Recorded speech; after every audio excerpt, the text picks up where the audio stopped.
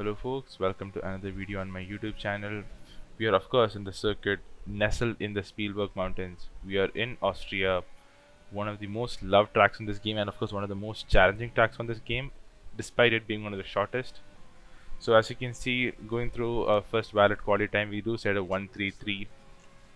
And going into a second run, we do end up invalidating and we cut the inside curve a bit too much and we're forced to restart our lap. Now on my third run, coming into T1, trying to cut the inside curve as much as possible and trying to get early on the power. We are a bit late on the power and we do end up losing around a tenth to our first valid attempt. And this is a very tricky uphill braking zone where you need to minimize your distance as well as get on the power early.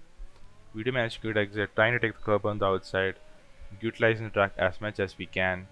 As you can see, we are around a tenth up on my steering dash. Very tricky downhill braking zone here. You have to brake quite late as well as get on the power early. Over here, moving to the right hand side to minimize the distance into the next corner. These two left-handers, you need to maintain a high minimum countering speed more than hitting the apexes right.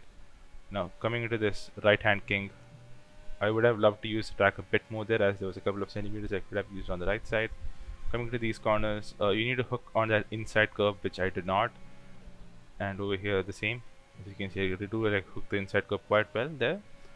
And onto the line, it's a 1:3.18. Although I did feel I did have the speed to do a 1:2 potentially. Now coming to my final run, we immediately lose a tenth because I was so distracted by these many cars on the horizon. But we improved by around 1.5 tenths by the end of the lap, but we completely botched these two corners, missing the inside, losing control of the car mid-apex, which ultimately compromises us into the final corner.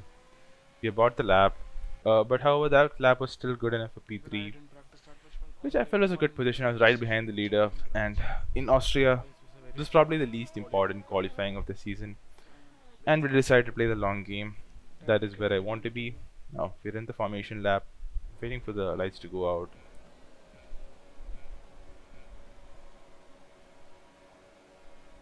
And we get a really good start as we nearly jump the leader, but we decide to not follow through, as I definitely did not want to be that guy driving the entire DRS train, as we saw in the esports race this week where the Williams was completely eaten up by the Red Bull and the Alfa Romeo.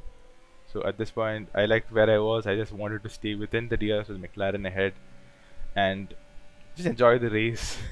Let's just say that's one way to put it. Now coming into lap 3, we do stay within his DRS by the end of lap 2, and I do think he also knows that I'm not going to make an attack until the closing laps. And we do also have the yellow car behind us, who is trying to put a lot of pressure on us. And we do have DRS, and in Austria it is quite impossible to break free of DRS. It does eliminate pace differences of many tenths when you are in a DRS train. Now in lap 4, we can see we're still clinging on to him.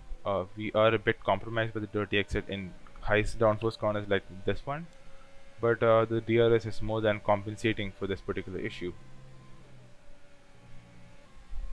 Now coming to lap 5, at this particular corner, we take that inside curve too much. We have completely unsettled the car, and we are also facing, not just facing, we are actually feeling quite a lot of pressure from the Renault behind. And coming into this particular corner, I just yield to the pressure, and unfortunately I let him pass. And at this point I'm praying that the McLaren ahead does not go out of DRS, which thankfully does not happen. Now out of this particular turn 3, we do see that the car ahead does lose rear a little bit, but we decided to not make for a move, although I was a bit worried that this would allow the McLaren to break free of DRS. But thankfully the Renault does climb back well into this DRS zone, and we're once again back into the DRS train. And a lot of people say that being the third car in a DRS train is one of the most complex positions to be in, and I would agree with that. But at this point, I felt quite comfortable, especially knowing that the cars had more penalties than me, and that does end up coming back to me. Now coming into lap 12, this was my second warning of the race, and in lap 12 we decide to box. we had decided to go in the hards, as I felt it was quite risky with the mediums, especially given that they do wear out quite a lot by the end.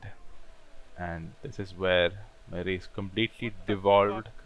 As you can see, I'm raging as my jackman was not there for my pit stop. Now, unfortunately, this happened because I was nearly lapping my teammate, and I did not realize that we did an effective double stack.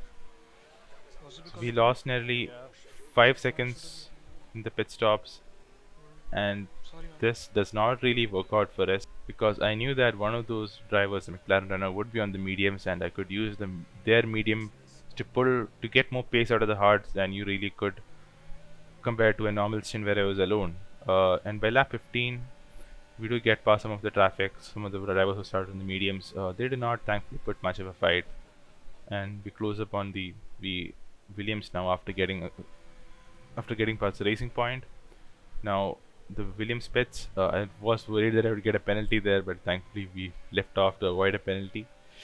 And in lap 15, we are quite comfortable here. But now my concern is to the medium running McLaren behind me, who has now gotten past its racing point and who seems to be having a lot of pace at this point on those tires, which are now getting into the zone. Also, the track temperature dropped slightly, which did begin to favor the mediums more than the hards. But at this point, I'm like, okay, P3 is still mine because the drivers ahead had to pit, and I'm in a good place right now, if to put it bluntly, because now I can use his pace to stay ahead, and once his mediums fall off the cliff, I can literally eat him up with those hards, which will be in a much better shape. Now coming into lap 21, he does get past the long running runner who was, I think, planning a medium soft strategy. Thankfully, he doesn't put much of a fight. We use a slipstream and the overtake to get past him into this corner, and we do not lose any time to the McLaren, who thankfully is still within our DRS. And as you can see, those mediums are starting to struggle.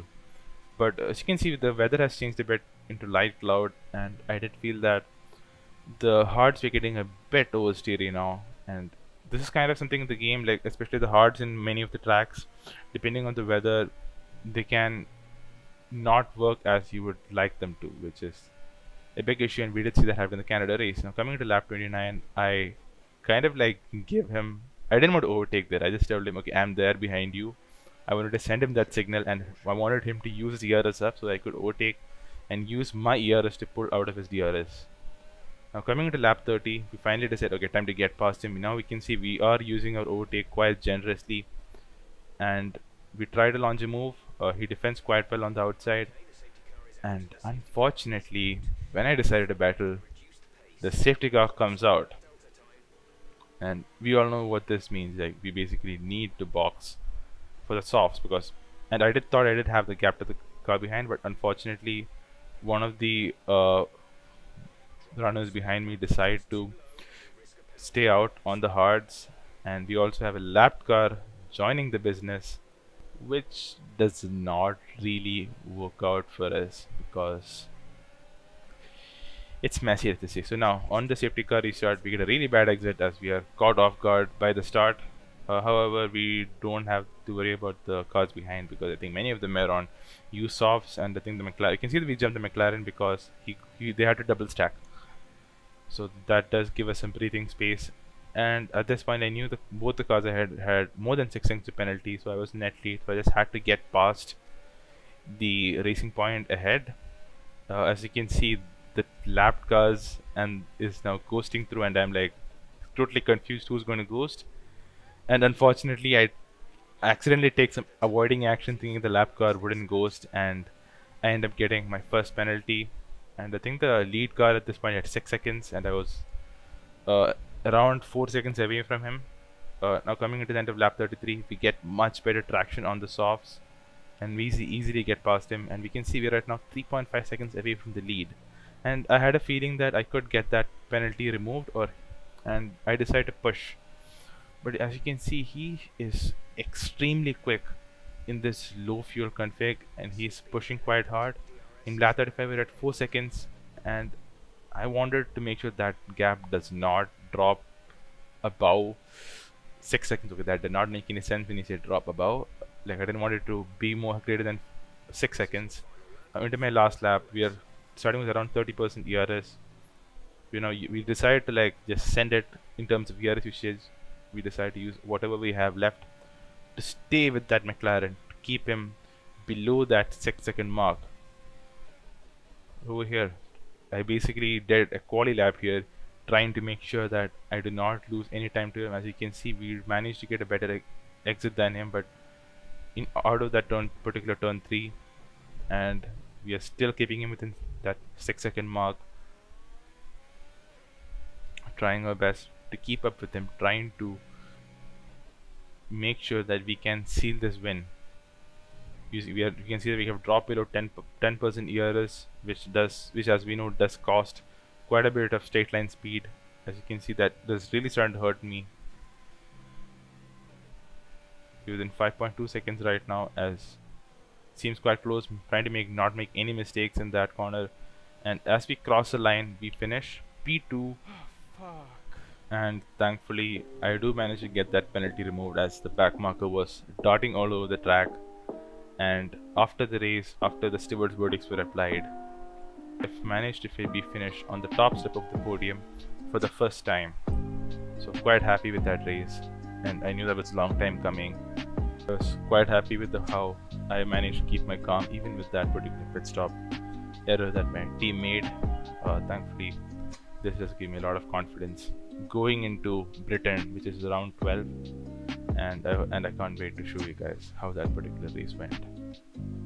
Thank you for watching my video, and do subscribe and leave a like if you do enjoy it. Thank you.